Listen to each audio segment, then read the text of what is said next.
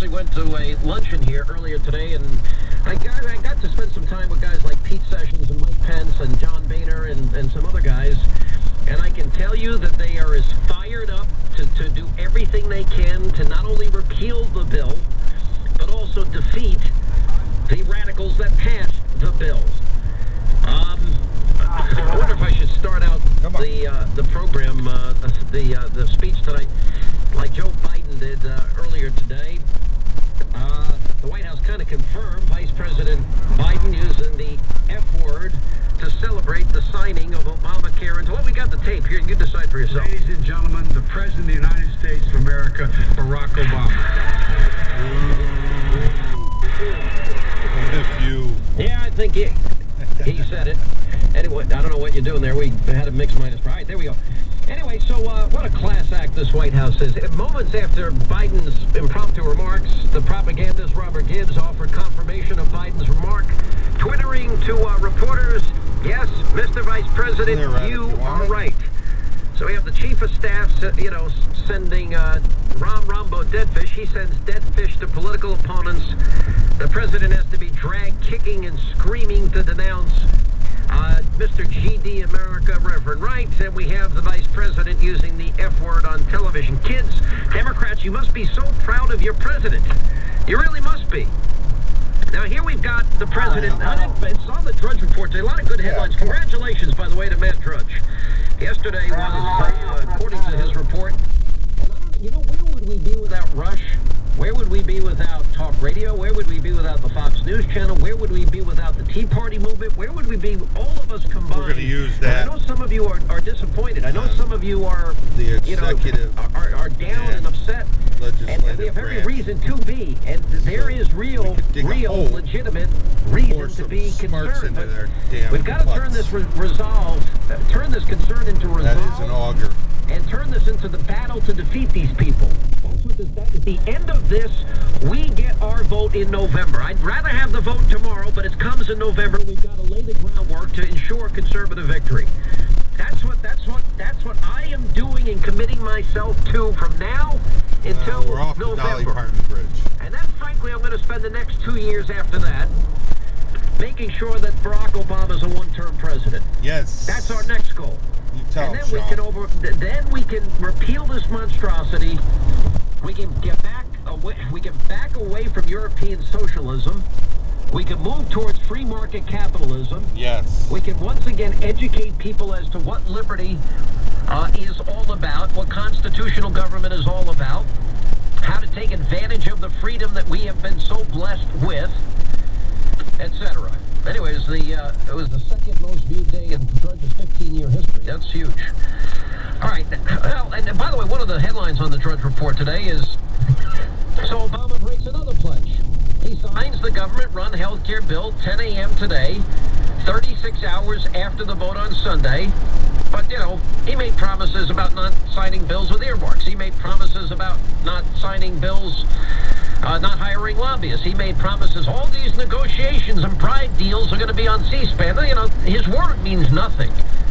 I've never seen a president. He makes Bill Clinton look like an honest man. Yeah, honest name. Yeah. Obama pledging that he would, not sign a bill for 5 days. Here's what he said. When there's a bill that ends up on my desk as president, you, the public, will have 5 days to look online. Liar. Find out what's in it before I sign it. So that you know what your government's doing. They don't even care.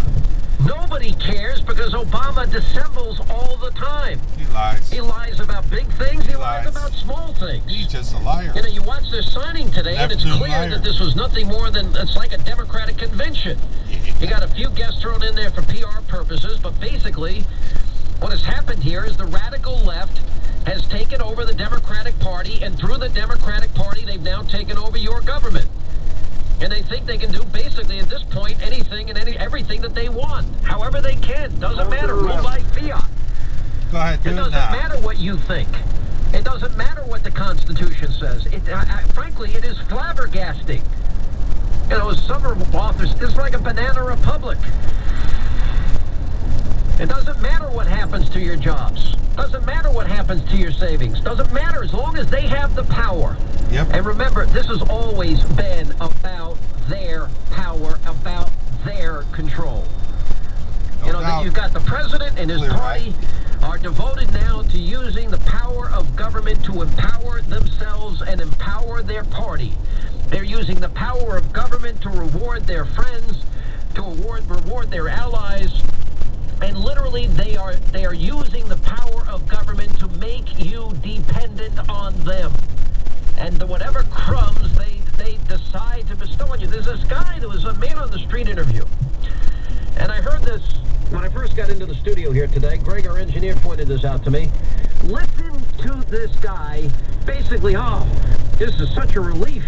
Let's just listen to this. I worry day to day, honestly, I really do, because I pray to make sure my child and my wife don't get sick, because if they go to the hospital, we're looking at a couple of thousands. That's a lot of money coming out of my family's pocket. It's going to be like Christmas. You know your first Christmas when you want that Barbie doll. So yeah, it's going to be like Christmas. I mean, it's going to be great. Worries, the bills, we can go ahead and pay our copay and be all right. Yeah. It's gonna be like Christmas. Christmas has come. Everything's free. We're gonna remember right after the election we played this often. I don't ever have to worry about paying my mortgage or putting gas in my car. People have fallen for a great lie. The great falsehood of government security. Listen to this. I never thought this day would ever happen. I won't have to worry about putting gas in my car. I won't have to worry about paying my mortgage. Yeah, you think. If I help them, it's gonna help me. If I help them, they're going to help me. They're going to pay for my mortgage. They're going to pay for my gas. This is like Christmas. It's like getting your Barbie doll. You know what? You never have to worry about your bills again. This is what people think. Oh, it's such a blessing to see you, Mr. President. Thank you for taking time out of your day. Oh, gracious God, thank you so much. Thank you, Mr. President. Let me kiss your butt. People believe it. Yes, we can. Idiots. Yes, Left-wing loons. Now, I'm going to tell you, Progressive you know what? pigs. They want you believing a lie. And the lie is the government can pay for your insurance, and the lie is that they're going to put your Social Security in a lockbox, and the lie is that Medicare will always be there for you until we cut $500 billion from it, and the lie is that those fat cat rich people are evil, even though they create the jobs, they create the goods and services that created a standard of living second to none. They create this. Look, this You go, Sean. is not. All of this has been tried. All of this has failed. The reason America, the United States of America, has had a standard of living that is second to none, a healthcare system second to none, is because we had to have freedom, and we had to have liberty, and we had capitalism, and we had risk, and we had reward, and we had individual responsibility. That is now being shattered by people that want you dependent on them. And they figure the more dependent you are, the more voters for them, the more power for them, the more Pandering. control for them, the more control for their party. And if they lose in November, they expect to be back one day, at which point, they'll first